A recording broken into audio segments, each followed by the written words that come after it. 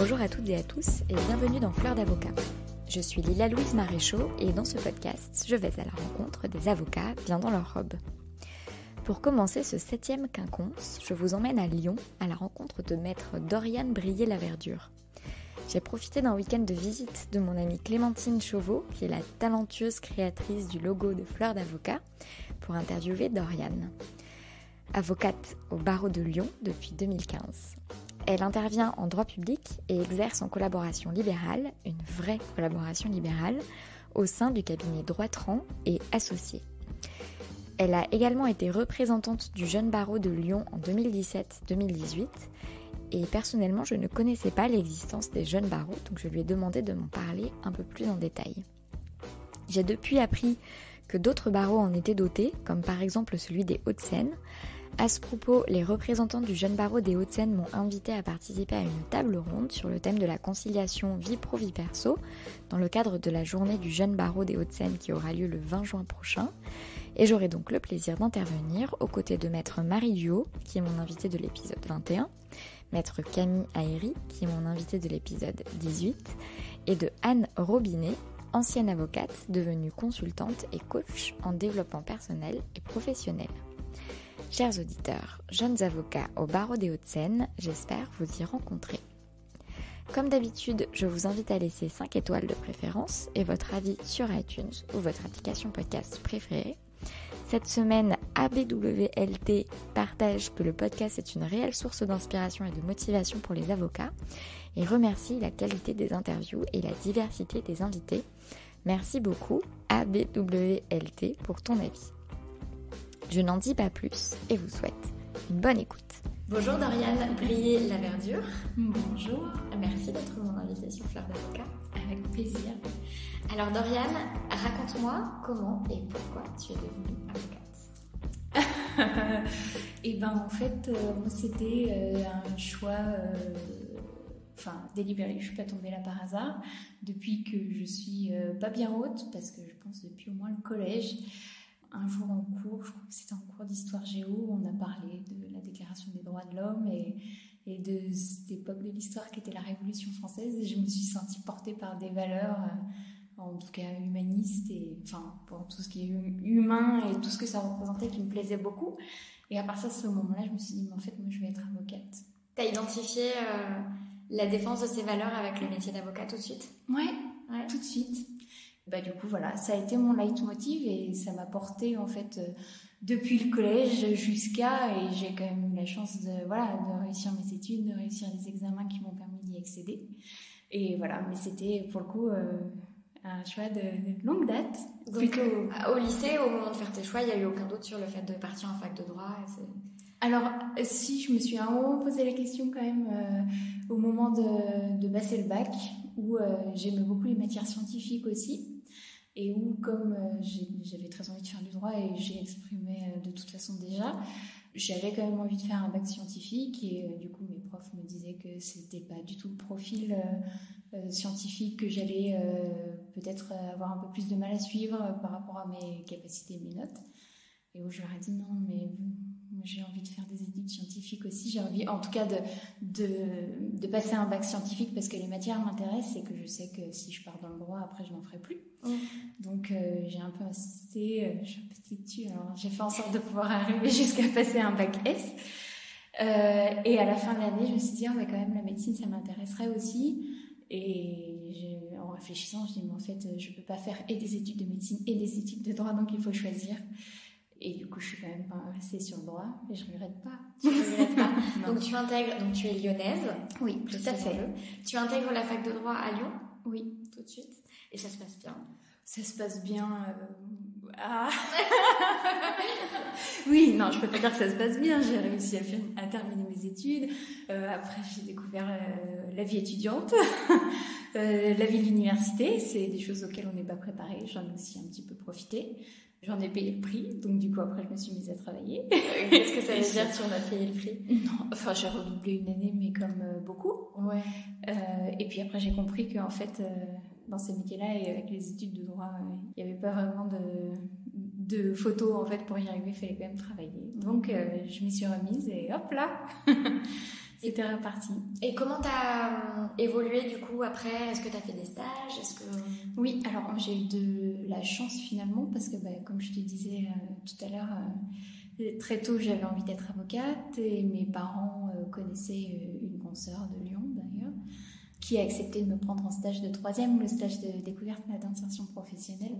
Et c'est une consoeur qui aime beaucoup son métier et qui, la manière qu'elle a de l'exercer m'a beaucoup plu. Qu'est-ce qui te plaisait justement? Quelle était cette manière de l'exercer? Alors, ce qui m'a le plus marqué, c'était qu'elle gardait cette liberté dans l'organisation de son travail, de faire comme elle le voulait et de garder la possibilité de refuser un dossier ou pas, enfin d'avoir cette indépendance-là qui lui permettait de prendre des dossiers quand elle le souhaitait, de refuser des dossiers quand elle ne pouvait pas les défendre moralement. Et toutes ces valeurs-là qu'elle portait d'indépendance, je trouvais ça extraordinaire. Et puis elle aimait profondément son métier, elle a pris le temps de m'expliquer, de m'amener de partout et j'ai trouvé ça très bien.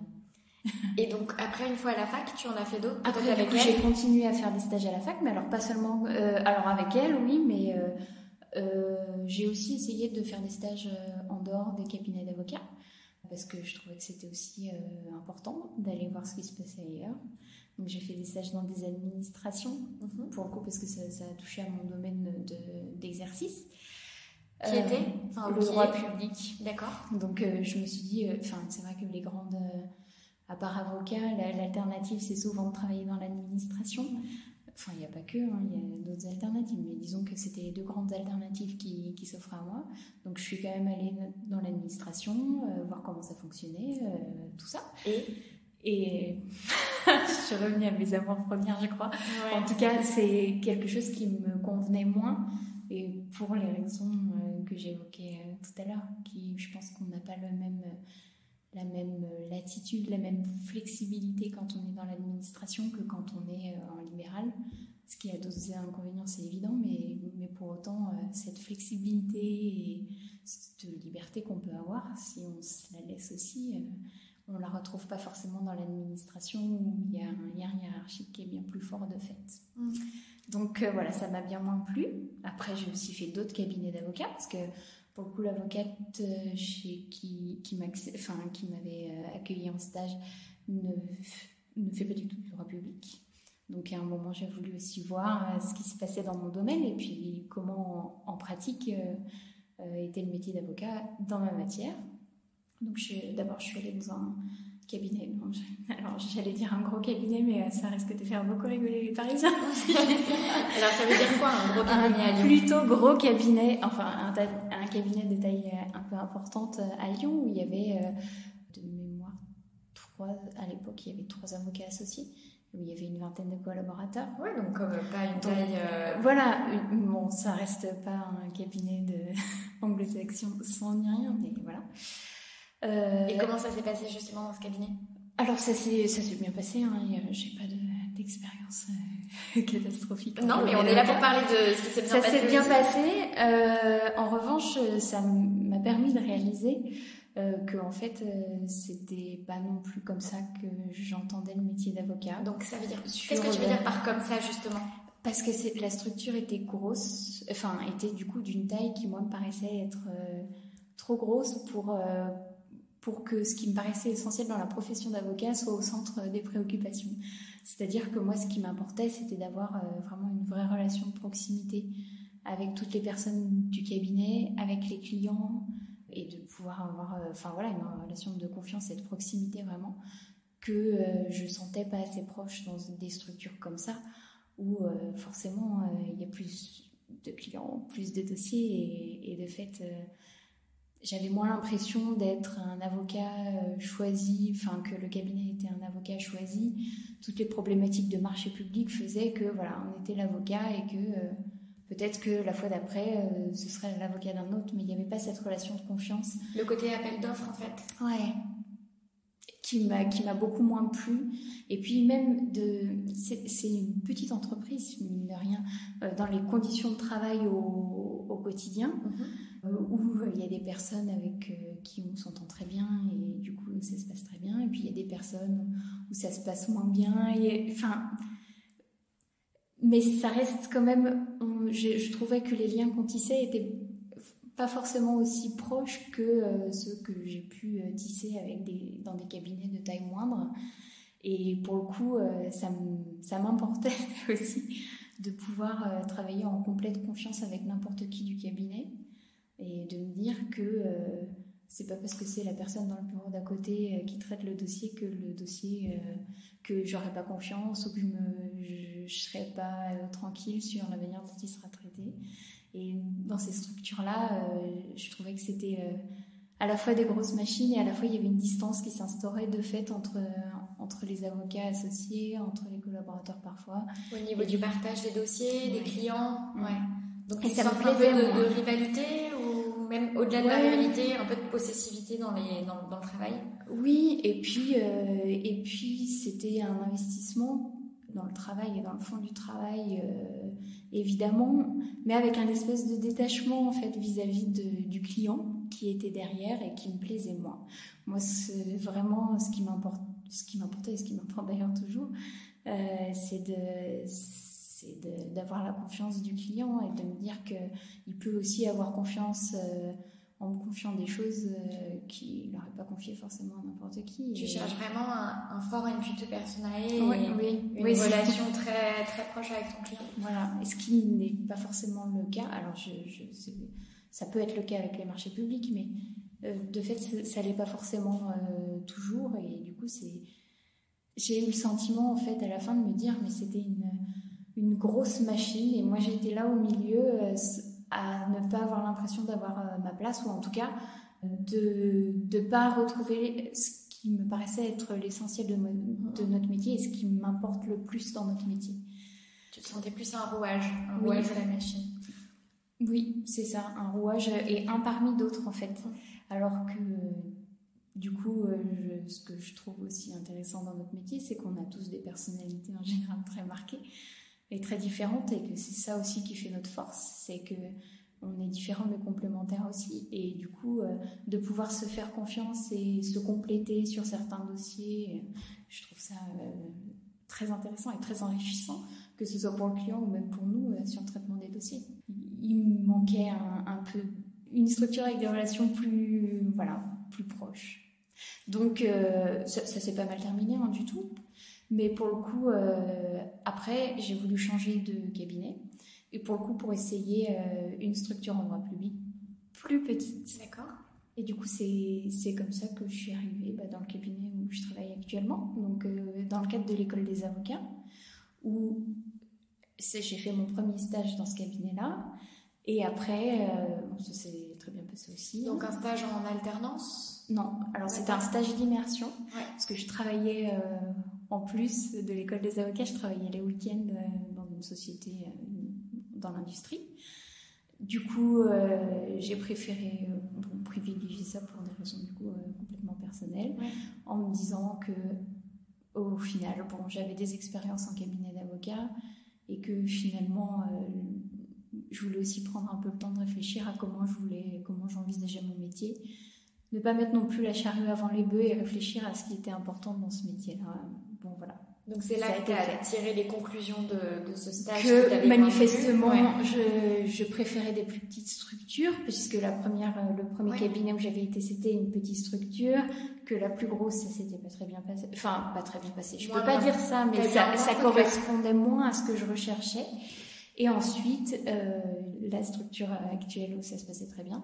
Et mon stage des 6 mois, j'ai quand même voulu aller voir ailleurs, dans une structure qui était encore différente, là pour le coup intermédiaire, où il y avait 4-5 associés et 6-7 collaborateurs. Et où du coup ça s'est très bien passé aussi, là pour le coup.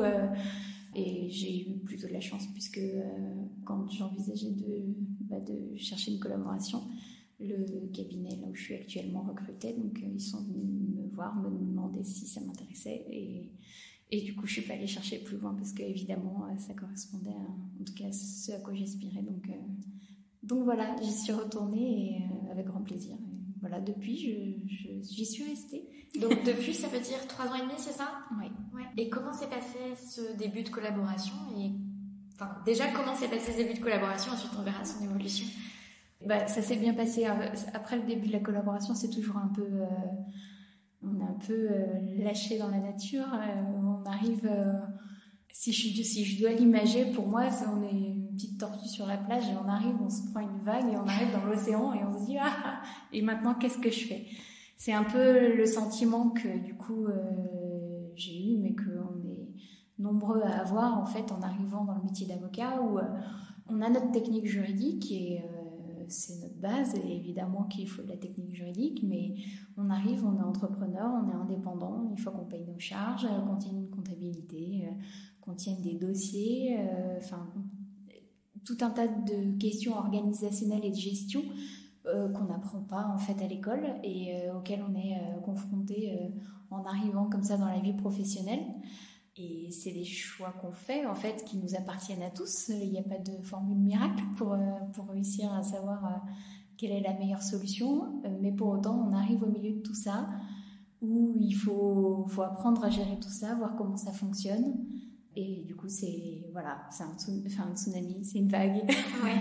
En tout cas, il faut prendre le temps de s'intéresser pour savoir comment ça fonctionne et déterminer ce qu'on veut en faire et là où on veut aller. Et alors, toi ? Eh ben, écoute, moi, ça m'intéresse beaucoup. Tout cet aspect un peu gestion de cabinet, qu'est-ce que je fais, comment je vais, quelle image je veux renvoyer, c'est quelque chose qui m'intéresse beaucoup, qui, je pense, à l'avenir est très, très important dans notre profession. On est très en retard sur toutes ces questions. Après, je ne suis pas non plus hyper novatrice en manière de communication et autres, mais du coup, de ce que je vois, ça me paraît être indispensable d'avoir un papier en tête, une charte graphique, des choses assez classiques dans d'autres domaines et qui, pour le coup, ne sont pas forcément acquises dans le milieu des avocats. Et tout ça me paraît être vraiment indispensable pour l'avenir. Donc, petit à petit, je me suis mise, je vais faire un site internet, et j'ai mesuré à quel point c'était aussi compliqué d'aller essayer de se vendre sans non plus se vendre pour ce qu'on n'est pas, ni être arrogant, faire quelque chose qui nous ressemble. Et alors, je trouve ça très, très chouette ce que tu es en train de dire. Donc, tu étais collaboratrice dans cette structure. Je suis toujours, oui. Tu es collaboratrice dans cette structure. Je remarque quand même que tu es collaboratrice, mais tu es sur la plaque du cabinet. J'ai remarqué ça en rentrant. Oui. J'allais dire, encore heureux, mais... non, je sais. Oui, c'est vrai. Non, mais c'est pas... Je pense que ça fait aussi partie de ces différences culturelles qu'on a évoquées avant de commencer l'entretien. À Paris, c'est pas du tout évident que les collaborateurs soient sur les plaques, même sur des petites structures. Donc toi, dès le début, collaboratrice dans cette structure, tu as quand même développé ton image en tant que libérale et pour ton activité personnelle en fait. Ouais. Alors, c'est aussi la raison pour laquelle ce cabinet me plaisait. C'est que, pour le coup, les avocates associées de ce cabinet ont toujours une conception très libérale de la collaboration. Pour le coup, et si je puis dire, je déteste dire ça, parce que je dis toujours c'est une collaboration libérale à l'ancienne. Sauf qu'en fait... c'est une collaboration libérale, point, en fait. Et c'est ça qui me plaisait, parce qu'à l'école des avocats, j'en étais arrivée justement à la conclusion que je préférais avoir un mi-temps dans un cabinet, mais pouvoir avoir la possibilité de développer mon activité, mais aussi mon image et tout ce qui fait que à la sortie je pourrais développer mon activité. Oui, ça rentre dans le développement de ton activité, oui, bien sûr. Plutôt que d'avoir une collaboration à temps plein, mais qui ne me permette absolument pas de faire ça. Donc du coup, c'était un peu mon objectif, de ne pas accepter une collaboration qui ne soit pas une vraie collaboration libérale, ou alors sinon de prendre une collaboration à mi-temps, quitte à ce que ce soit précaire dans un premier temps, mais qui me laisse cette latitude de pouvoir développer mon activité comme je le voulais, parce que du coup mon point d'orgue c'était, pour moi on est un métier libéral, alors avec... Évidemment, tant que je suis collaboratrice, par définition, c'est que mon plus gros client est le cabinet pour lequel je travaille. Et sans eux, c'est évident que je n'aurais pas de revenus. Et ça, je ne peux pas leur enlever. Mais pour autant, elles ont toujours, pour le coup, été très claires avec ça. Et moi aussi. Donc, c'est une collaboration libérale. C'est un bon match. Vous étiez d'accord sur les termes de votre collaboration. C'est ça. Et pour le coup, après, moi aussi, c'est une question de compromis réciproque. Il y a parfois certains de mes dossiers personnel qui me demande du temps en semaine, qui me demande des déplacements en semaine, eh bien j'y vais en les prévenant évidemment, mais il n'y a pas de difficulté.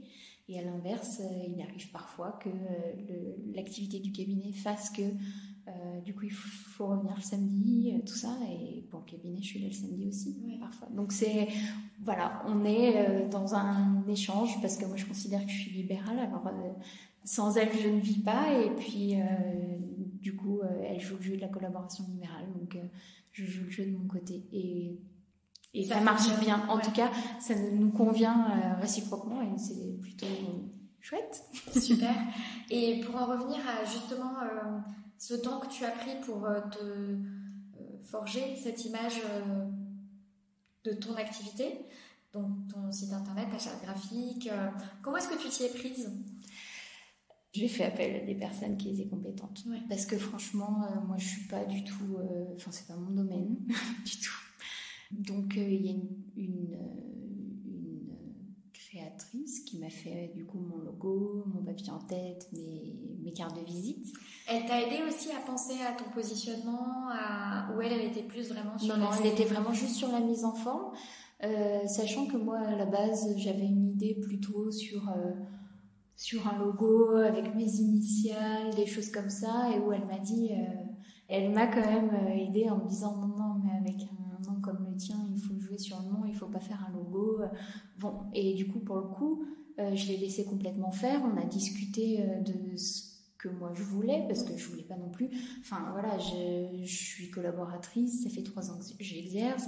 Je voulais pas vendre, ou en tout cas redonner une image de ce que je n'étais pas en fait. Il fallait que ça corresponde à ce que je suis, et que ce soit raccord avec ce que je voulais faire transparaître, c'est-à-dire que quelque chose de sérieux et de sérieux et qui tienne la route, mais pas non plus, voilà, je suis pas une multinationale, je suis pas l'experte, je commence, je fais les choses sérieusement, et je me donne à fond, mais pour autant, voilà, j'ai 3 ans de barre. Donc, et comment t'as fait justement pour ce délicat équilibre entre se présenter comme quelqu'un de compétent et à qui on peut confier des dossiers, mais sans se présenter comme la super experte Alors, dans un premier temps, en fait, du coup, je leur ai demandé, je leur ai dit quels étaient moi, mais voilà, ce sur quoi je voulais insister. Et c'était quoi justement? Quelque chose d'assez sobre en fait, finalement. Je voulais pas, je voulais que ce soit sobre mais professionnel. D'accord. Et moderne, puisque je voulais pas non plus renvoyer une image d'une profession un peu poussiéreuse. Donc je voulais que ce soit à la fois moderne, à la fois sobre et professionnel. Et en fait, très franchement, ils m'ont présenté plusieurs versions. Et moi, je leur ai dit quelle était la version que je préférais. Et ensuite, je me suis renseignée, j'ai demandé à des confrères avec lesquels je m'entends bien ce qu'ils en pensaient. J'ai demandé à des personnes qui ne sont pas des confrères et qui sont dans d'autres domaines, qui n'ont rien à voir avec le droit, ce qu'ils en pensaient. J'ai pris un peu les avis de tout le monde, parce qu'en fait, moi j'ai ma conception en tant qu'avocate, mais du point de vue d'un potentiel client, je ne sais pas quelle image ça peut renvoyer aussi. Donc je trouvais important de pouvoir avoir un avis un peu plus éclairé de tous les points de vue. Et puis voilà. Après j'ai décidé. Il fallait bien que quelqu'un décide. Donc à la fin, voilà, j'ai décidé. Donc ça c'est pour tout ce qui est charte graphique, site internet. Ouais, site internet. Et comment justement ton site internet, est-ce que tu l'as conçu? Parce que je comprends que tu as voulu travailler sur une image, une vitrine, utiliser des moyens modernes. Quelque chose me dit, mon flair me dit que t'as aussi pensé au type d'avocat que tu voulais dans ta relation avec ton client et dans ta manière de vendre tes services. Donc, comment est-ce que tu l'as conçu ça sur ton site internet? Alors, du coup, moi, ce que je voulais avant tout, c'était que mon site soit, je voulais qu'il soit percutant. Je voulais pas des grands textes. Parce que de ma pratique aussi, quand je vais voir un site internet, quand les textes sont longs, je ne les lis pas. Donc, je me suis dit qu'il fallait qu'en très peu de mots et dans le visuel du site, les informations essentielles ressortent tout de suite, sans forcément aller lire ou prendre le temps. Il fallait que tout de suite, quand on arrive, on ait les informations essentielles et quels étaient les points sur lesquels moi je voulais insister. Donc du coup, j'ai monté mon site comme ça, et mon site finalement, il est assez épuré, parce que du coup, je voulais pas justement des grands textes, mais insister vraiment sur quelques points particuliers qui me paraissaient être le cœur de ce que je voulais remettre en avant, et sous forme de un petit logo, quelques mots, et quand on clique dessus, ensuite, je détaille un peu plus, mais en restant assez bref finalement. Voilà. Et ces quelques mots, tu peux nous les dire? Alors, tu les connaissais depuis pas? Je me souviens même plus. Ah bah, je sais que c'était une...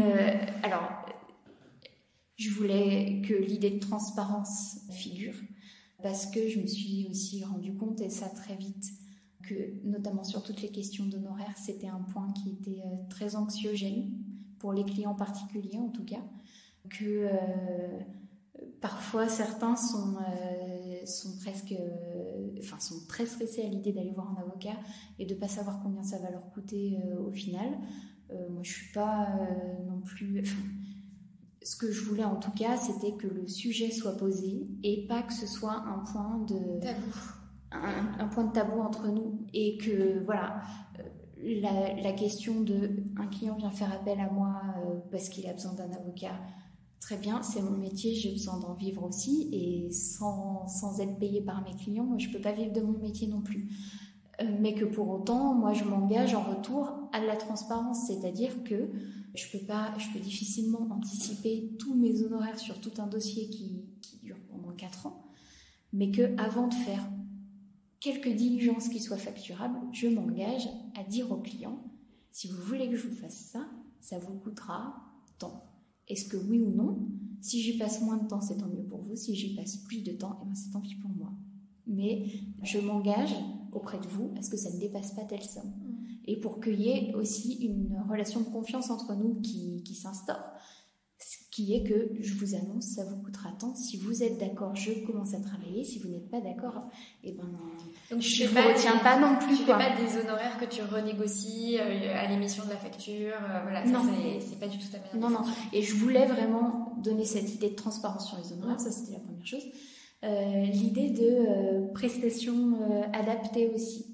Parce que du coup, je pense que c'est indispensable, mais après, c'est la vision que j'ai de notre métier, qu'il faut absolument... Enfin, chaque cas est différent. Il y a parfois des problématiques qui peuvent être communes entre différents dossiers, des recherches qu'on a fait dans un dossier qui peuvent nous servir dans l'autre, mais ça fait 3 ans, un peu plus de 3 ans que j'exerce, je n'ai pas vu 2 dossiers identiques. C'est impossible. Et du coup, je voulais insister sur l'aspect personnalisé, parce que ça arrive qu'il y ait des clients qui viennent nous voir en disant « Non mais maître, c'est bon, vous avez juste votre nom à mettre » ou alors « Non mais vous faites comme vous êtes habitué à faire. » Je dis « Non, moi c'est pas comme ça que je veux travailler. » Et du coup, c'est aussi quelque chose que je voulais mettre en avant dans mon site internet, qui était que la prestation que je vous fais, elle sera personnalisée de toute façon. Donc vous ne serez pas un numéro dans un rang ou autre, c'est votre dossier. Et ça, c'était les 2 points les plus importants, je crois. Après, il y en a 2 autres. Il y en avait 4. C'est pas grave. Ils sont sortis de la tête. Pour en revenir sur cette notion de personnalisation, il y a toute une tendance aujourd'hui qui vise à dire la personnalisation, c'est aussi se rendre compte que justement, certains clients ont besoin de prestations de services qui sont moins sur mesure, qui sont moins dans la dentelle. Et donc, c'est ce qui mène... tu sais bien, c'est ce qui mène à l'émergence des legal tech, et que ce soit des legal tech faites ou non par des avocats, mais en tout cas de dire il y a plein de choses qu'on peut faire de manière un peu plus formatée. Est-ce que toi, c'est quelque chose que dès le début, tu t'es dit non, ça, ce sera pas mon positionnement, ou est-ce que c'est aussi quelque chose que tu travailles en te disant j'ai aussi des clients qui ont ces besoins-là et donc je leur fais ça aussi? Alors, très franchement, alors peut-être que c'est aussi mon domaine d'activité qui fait que, pour l'instant, on me l'a rarement demandé. En fait, j'ai des prestations vraiment automatiques. En fait, ce qui se passe en pratique, de ce que je vois de mon exercice, c'est que j'ai un dossier et puis en fait il y a toujours des petits à côté, des petits courriers à faire, des choses comme ça. Et moi en fait je considère que je fais une prestation globale en fait. Donc je facture pas forcément à la minute, mais quand du coup un client vient me voir pour me confier son dossier, il y a le cœur du dossier et je préfère infiniment qu'il vienne me voir moi pour me demander de relire son courrier, de le rectifier, de faire des choses qui sont moins de la technique juridique pure, mais qui font partie de la sécurisation de l'opération, plutôt que d'aller prendre un truc tout fait sur internet et qu'ensuite ce soit la catastrophe dans le contentieux à venir. Donc j'essaye de le présenter comme ça, encore une fois pour pas qu'il y ait de malentendus et pour pas qu'il y ait de tabou, quitte à ce que parfois franchement ce genre de choses je les fais pas payer quoi. Quand je relis des mails, des choses comme ça, je considère aussi que c'est inclus dans la prestation et que ça fait partie des choses, mais après de faire ça toute la journée, je m'ennuierais, je changerais de métier en fait. C'est pas ce qui me plaît dans ce métier. Et du coup, si je devais faire ça toute la journée, oui, après, je pense que ces boîtes, du coup, elles le font pas toute la journée, elles ont automatisé. Oui, elles ont automatisé, mais ce genre de. Mais même, enfin, du coup, c'est pas quelque chose que toi, c'est pas nous, ça nous permettra peut-être, hein, ce genre de choses. Très franchement, moi, ça me dépasse un petit peu. Je regarde ça de l'extérieur et je me dis, mais même moi, quand je refais un acte, enfin. Même qu'on a déjà fait, que je reprends un courrier ou des statuts, des choses comme ça, je le fais jamais de manière automatique. Je fais toujours des recherches pour vérifier que voilà, la particularité de cette société, la règle que je vais énoncer, elle s'applique bien à elle et que je n'écris pas une énormité qui s'applique pas du tout à ce type de structure. Du coup, alors je suis un peu perplexe sur ce genre de choses. Alors certainement qu'il y a des domaines où ça se fait et sans difficulté. Et certainement ça va être des outils qui vont évoluer et qui vont nous permettre, nous, de gagner évidemment aussi énormément de temps dans notre quotidien, mais pour autant, je pense qu'à un moment, pour que les choses soient vraiment sécurisées juridiquement, il faut qu'il y ait une relecture derrière, quelque chose qui techniquement, enfin voilà, que les règles n'aient pas changé, des choses comme ça. En tout cas, voilà, tu t'es pas mis sur ce positionnement-là. Pas du tout. Donc toi, tu fais plutôt du droit public. Oui. Du coup, qui sont tes clients ? Eh ben, c'est... Sans donner de nom, hein. Oui, bien sûr, un assortiment de mélange, comme on dit. Non. Alors, du coup, on a quelques collectivités territoriales. Donc là, tu parles du cabinet ou de toi Alors, si on parle de mon activité personnelle, j'ai quelques sociétés et principalement des particuliers. Donc, qui viennent pour ton expertise en droit public ou pour lesquels tu fais d'autres choses ? Non, qui viennent pour ton expertise en droit public ? En fait, j'essaye, parce que c'est une matière qui est complexe, d'avoir une activité principalement en droit public. Donc, que ce soit des particuliers ou... Voilà, les dossiers qui ne sont pas du droit public, je les renvoie vers des confrères qui font ces matières-là toute la journée et qui, du coup, ont une expertise qui est bien meilleure que la mienne dans ces domaines-là. Donc, je reste vraiment sur le droit public, mais avec des particuliers et quelques sociétés. Mais pour le coup, j'ai une grosse clientèle à l'aide juridictionnelle en droit public, pour le coup. Donc, je peux le faire, je vais continuer à le faire parce que je trouve que c'est très bien de aussi donner la possibilité de pouvoir avoir accès à des prestations techniques aux personnes qui n'auraient pas forcément le moyen de le faire. Et après, pour le cabinet, on a pareil, particuliers, sociétés et quelques collectivités territoriales aussi. C'est le classique de l'activité en droit public, oui. À la fois des institutionnels, mais aussi des particuliers. Et pour en revenir à ton activité à toi, est-ce que tu as vu, est-ce que tu commences à voir, ou est-ce que d'ailleurs il se confirme, des résultats de ton investissement dans la définition de ta marque La meilleure, en tout cas, ce dont je suis le plus satisfaite, en tout cas, c'est que mes clients restent, surtout les clientèles à l'aide juridictionnelle qui sont assez volatiles, que du coup ils transmettent mes coordonnées, qui me font confiance. Et ça, c'est important pour moi. Et quand du coup mes clients me le disent, j'estime que je suis satisfaite. En tout cas, ce que j'ai voulu mettre en avant et ce qui pour moi est l'essence de notre métier et que ça a réussi. Après, voilà, sur l'aide juridictionnelle, on est désigné par le bâtonnier, donc il y a des situations où en fait les personnes ne nous choisissent pas. Donc là, je vous avoue que, la relation de confiance est un peu plus compliquée à établir dans ces cas-là. Mais comme les autres, en fait, exactement pareil. J'essaye d'être le plus transparente possible. D'expliquer comment moi je traite les choses et comment les choses vont se passer si c'est moi qui traite le dossier. Mais bon, ça arrive qu'il y ait des clients qui n'aient pas confiance, mais bon, je peux pas non plus à moi toute seule non, changer le cours des choses. Mais je fais exactement comme les autres. Et je me dis que peut-être un jour leur position changera, ce sera bien. Mais voilà. Je crois que tu es assez investie au niveau de la profession, alors oui. Au-delà de ton exercice en tant que particulier. Est-ce que tu veux nous en parler? Alors avec plaisir. Alors je suis assez investie. C'est un peu tard en fait. J'ai été représentante du jeune barreau de Lyon. Donc j'ai été élue en 2015, donc l'année où j'ai commencé à exercer. C'est une association? Non, alors c'est une instance ordinale à Lyon. En fait, lors de l'élection des membres du Conseil de l'Ordre, en même temps, les représentants du jeune barreau sont élus.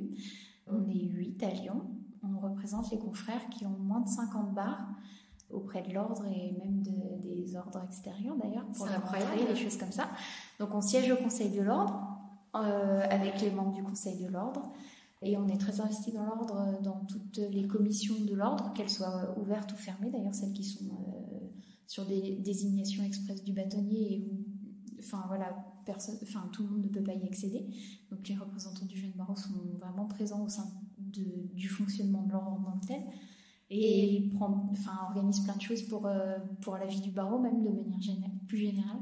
Et toi, c'était quelque chose parce que tu dis que tu as été élue dès ta première année de collaboration. Ah oui, en fait, ce qui s'est passé, alors c'était assez cocasse parce que du coup, les élections arrivaient et j'ai une des avocates associées de mon cabinet. Ça m'a toujours intéressée. Depuis que j'ai prêté serment, je m'intéressais beaucoup à ce qui se passait. Je voulais comprendre, en fait. J'arrivais dans une profession et j'avais envie de comprendre comment elle fonctionnait, comment elle était organisée. Et du coup, il y a une des avocates associées du cabinet qui m'a dit « Mais il y a les élections des représentants du jeune barreau, tu ne veux pas te présenter ?» C'était le vendredi à 14h et les candidatures étaient closes à 16h ou 17h. Je disais, mais est-ce que j'ai le temps? Je commence, je sais pas, je connais personne, moi, dans cette profession. T'avais pas mené campagne. Non, j'arrivais, j'étais un peu... Et puis, ça me faisait peur. Je me disais, mais je connais personne. Est-ce que je vais avoir le temps? Est-ce que je vais pouvoir faire les choses bien? Est-ce que je vais pouvoir servir à quelque chose aussi? Parce que d'être là pour faire potiche, je trouvais que ça n'avait pas d'intérêt. Et puis, du coup, elle me dit, mais il faut réfléchir vite, là. Je dis, oui, de toute façon, donc j'ai postulé en me disant, je serai jamais élue, je connais personne. Et puis finalement, me voilà élue. Et c'était génial, c'était une super expérience. Donc j'ai été élue en 2016, donc c'était 2017-2018. Ça a fini là au 31 décembre. Et comment ça s'est passé cette expérience? C'était très bien. Ça m'a permis déjà de mieux comprendre le fonctionnement de l'ordre des avocats à Lyon, de rencontrer des confrères aussi, parce que mine de rien, en droit public, il n'y a pas vraiment de vie de palais comme il peut y avoir au TGI à Lyon, où en audience, il y a beaucoup de confrères qui se voient et qui se rencontrent. Nous, finalement, on est dans un bâtiment un peu à côté. Les audiences durent jamais vraiment bien longtemps. On n'est pas très très nombreux non plus. Du coup, il n'y avait pas vraiment de vie de palais au tribunal administratif. Et finalement, de prendre part à ce fonctionnement de l'ordre, ça m'a permis de rencontrer plein de confrères que j'aurais peut-être pas croisés en fait si ça n'avait pas été par le biais de l'ordre. Et j'ai trouvé ça génial de pouvoir échanger sur tout ça, sur nos exercices, puis c'est des chouettes personnalités, très franchement. Ça a été même des amitiés qui sont nées grâce à l'expérience des RJB. Et au-delà de la connaissance de la profession qui était, ça m'a permis d'avoir beaucoup de recul, de m'intéresser au sujet de la profession hors de l'exercice professionnel en tant que tel, sur l'avenir, l'impact des réformes, les choses comme ça. C'était très intéressant de voir ça de l'intérieur. Ouais. Et tu t'es sentie utile? C'était ta préoccupation au moment de... Oui, alors je me suis sentie utile, toute la mesure, avec le rôle que je pouvais avoir. Non, mais à ton niveau, j'ai trouvé que c'était génial de pouvoir avoir des représentants du jeune barreau comme ça au sein de... qui portent la voix du jeune barreau auprès des membres du Conseil de l'Ordre du bâtonnier, d'être écoutés, parce qu'en fait, à Lyon, on est très institutionnalisé quand quand on voit comment ça se passe à Lyon par rapport à d'autres villes où en fait il y a moins de structure, en fait c'est moins organisé. Nous à Lyon, on est dans le règlement intérieur du barreau et c'est absolument acquis par tous que le jeune barreau est là, et quand il y a des groupes de travail qui se montent, des choses comme ça, on a le réflexe d'aller chercher le jeune barreau pour savoir ce qu'il en pense. Et ça, est-ce que tu observes, alors tu peux pas comparer parce que tu n'as jamais exercé dans un autre barreau, mais est-ce que tu vois les effets en termes de après en fait de cette présence du jeune barreau? Est-ce que tu vois que je sais pas, certaines décisions sont prises d'une manière ou d'une autre parce que le jeune barreau a émis une voix, une opinion? L'impact qu'on a sur les décisions qui se prennent au niveau du barreau, je pense que c'est au-delà des questions du jeune barreau ou pas. Si on veut faire quelque chose, et notamment cette année, là, il y a 2 groupes de travail qui ont été mis en place par l'ordre à l'initiative du jeune barreau sur le bien-être des avocats et le passage du barreau au vert pour essayer de faire en sorte que le barreau soit plus écolo. Donc évidemment qu'on a un pouvoir d'initiative sur ce genre de choses. En revanche, on n'a pas le droit de vote au Conseil de l'ordre. Notre impact, il est limité de ce point de vue-là. En revanche, on est écouté au sein du Conseil de l'ordre. Ouais. C'est-à-dire que quand on a quelque chose à dire sur n'importe quel sujet qui est soumis à l'ordre du jour du Conseil de l'ordre, on est écouté et on prend la parole au même titre que tous les membres du Conseil de l'ordre avec le bâtonnier, sans difficulté. Et n'importe quand. Enfin, on est pas obligé. Je suppose que ça aide en fait à une certaine meilleure compréhension mutuelle des générations d'avocats aussi. C'est bien. Alors après, ce qui est... Donc on fait passer des messages au sein du Conseil de l'ordre, mais après on est finalement les personnes qui transitent autour de l'ordre. C'est une petite part au final du barreau, et nous on fait remonter des choses, mais sur la vie globale du barreau, c'est parfois un peu frustrant parce qu'on voudrait que ce soit plus suivi, qu'il y ait plus d'implication de plus de monde, et parfois on a l'impression d'être finalement un petit microcosme qui est quand même... il y a environ 200 avocats à Lyon qui sont investis dans l'ordre, dans différentes fonctions de l'ordre, donc ce qui est déjà beaucoup et ce qui est bien. Mais bon, pour avoir une force de frappe, il faudrait qu'on puisse aller bien plus. Oui, investir plus de monde dans les... Après, ça marche quand même pas mal, les réseaux. Alors, le jeune barreau organise au-delà de la vie ordinale, de la vie dans les commissions. On essaye d'organiser des moments de rencontre entre les confrères, parce qu'on s'est rendu compte qu'il y a des confrères qui sont pas du tout isolés et qui, du coup, n'ont pas de difficulté pour prendre leur téléphone quand il y a une difficulté, tout ça. Or, on s'est aussi rendu compte qu'il y avait des jeunes confrères qui étaient très isolés dans leur collaboration, même parfois dans les gros cabinets, et que du coup c'était compliqué aussi pour eux d'aller parler de choses qui les préoccupent ou qui les stressent. Donc on attache, je dis on, mais le jeune barreau attache de l'importance à créer ces moments aussi de rencontre pour pouvoir discuter, et de temps en temps vider son sac quand il y a besoin, et essayer de créer ces moments de rencontre en fait pour désisoler les personnes qui le voudraient. Et voilà. Maintenant que tu n'y es plus au jeune barreau, comment est-ce que tu continues à t'investir Il y a plusieurs commissions que j'ai connues grâce au jeune barreau, parce que commission fermée, notamment la commission solidarité du barreau, où j'attachais, ça me tenait vraiment à cœur de pouvoir continuer à y assister. Donc ce que le président de la commission et le bâtonnier ont accepté, donc je continue à... Donc tu leur as demandé ?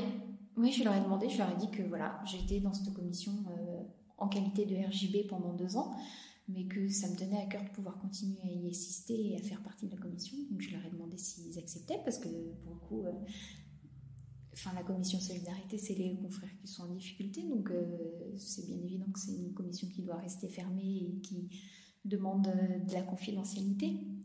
Donc tout le monde ne peut pas non plus en faire partie, donc oui. Ils ont accepté. Et mon plus grand plaisir, du coup, parce que je trouve très intéressant que ce genre de commission existe à l'ordre. Et puis, du coup, je vais faire partie... alors, j'ai croisé la RJB qui s'occupe du groupe de travail sur le bien-être des avocats, justement. j'ai eu l'aval pour faire partie des groupes de travail aussi. Donc en fait, indépendamment de toute élection, tu as réussi à continuer à travailler avec les, alors après, du coup, les représentants du jeune baron. Oui, enfin, et de manière générale, en fait, pour l'ordre, parce que c'est des choses qui m'intéressent. Je trouve que c'est notre profession aussi. Ça permet puis même de réfléchir à des choses qui ne soient pas uniquement la technique de nos dossiers, et de prendre un petit peu de hauteur et de réfléchir à ce qu'on veut aussi pour notre métier et notre profession. Et je trouve ça très intéressant, et ça permet surtout de croiser les points de vue, de rencontrer d'autres confrères qui sont investis et qui ont envie de bien faire les choses, et c'est très bien. Et tu disais que du coup tu allais réfléchir avec la commission sur le bien-être au travail pour les avocats. Est-ce qu'il y a des choses, des idées qui te tiennent à cœur, que tu voudrais partager avec nous sur ce micro? Alors, je peux pas préjuger des travaux de la commission sur du groupe de travail. En fait, moi j'ai l'impression de ce que je vois un petit peu, enfin de mon point de vue en tout cas, que il y a des personnalités qui n'ont pas besoin, qui ont les réflexes pour quand il y a quelque chose qui ne va pas, ou qui ont le réflexe d'appeler la bonne personne et de se renseigner, tout ça. Mais quand même, de ce que je me rends compte un peu, c'est que les confrères qui se retrouvent un peu isolés et dans des situations compliquées, ils sont un peu perdus face à tout ce fonctionnement de l'ordre qu'ils connaissent très mal. On leur dit d'appeler des personnes, mais sans trop qu'ils visualisent qui ils sont. Et ils se retrouvent un petit peu démunis face à toute cette situation, et comment la gérer, qui appeler, faire appel à quel professionnel, et ce qui va connaître le milieu des avocats et les spécificités de notre profession. Et du coup, c'est des confrères qui se retrouvent vraiment dans des situations un peu... ils sont un peu perdus et au final très mal, un peu désorientés vis-à-vis de tout ça.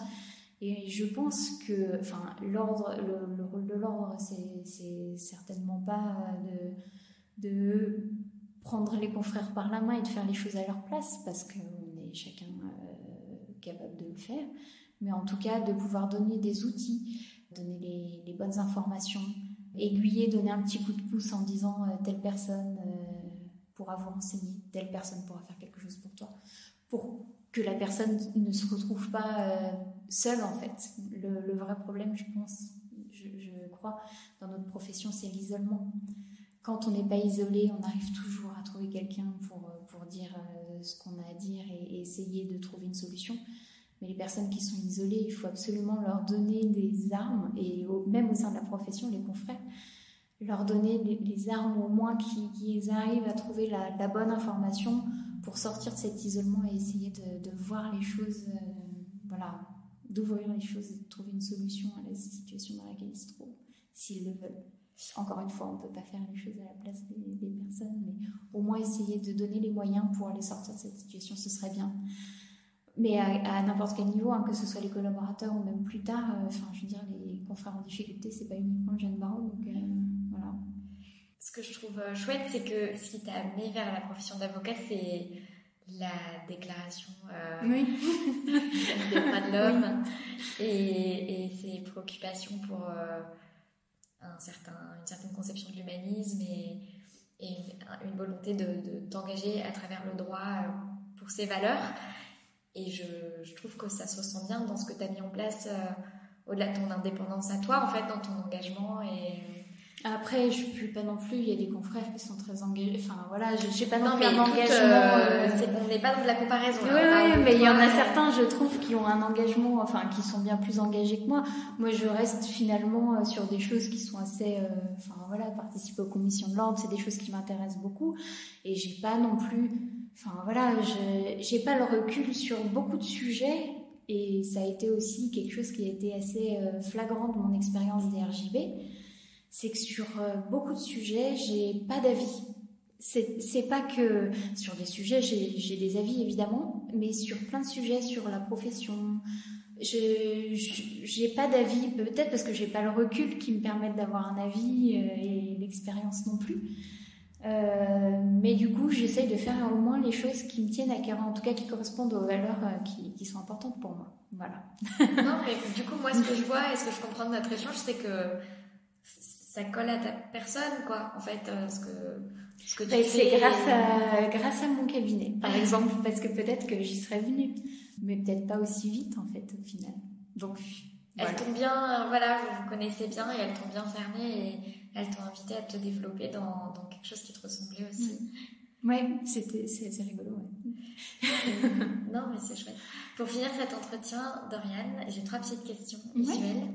La première, c'est est-ce que tu peux partager avec nous une source d'inspiration actuelle ou récente? Une source d'inspiration, oui. Et voilà. En même temps, quasiment que j'ai commencé le métier d'avocat, j'ai commencé la plongée sous-marine, que j'essaye petit à petit, je me forme et j'y prends goût. Et c'est quelque chose qui me tient beaucoup à cœur parce que c'est plein de valeurs, c'est à la fois de la rigueur, à la fois du partage, à la fois de la sérénité. Ça me permet d'apprendre à me connaître, à connaître mes limites, à pas les dépasser. C'est quelque chose vraiment, une activité que je conseille et qui me guide un peu ces dernières années. C'est vraiment un guide. Donc voilà. Où est-ce que tu vas plonger? Dans la banlieue de Lyon. Alors dans une piscine, non, mais là bientôt je pars plonger dans la mer. C'est bien plus sympa. Ça va être chouette. Ouais. Ta dernière joie, quelle est ta dernière joie? Ma dernière joie, il doit y en avoir une. C'est certain. Mais j'en ai plein en plus. Quand tu m'as offert la rose quand t'es arrivée. Et qu'est-ce que tu portes sous ta robe? Aujourd'hui je suis en pantalon. Ta robe d'avocat. Qu'est-ce que je porte sous ma robe d'avocat? Moi, c'est déjà pas mal. Merci Doriane. Merci à toi.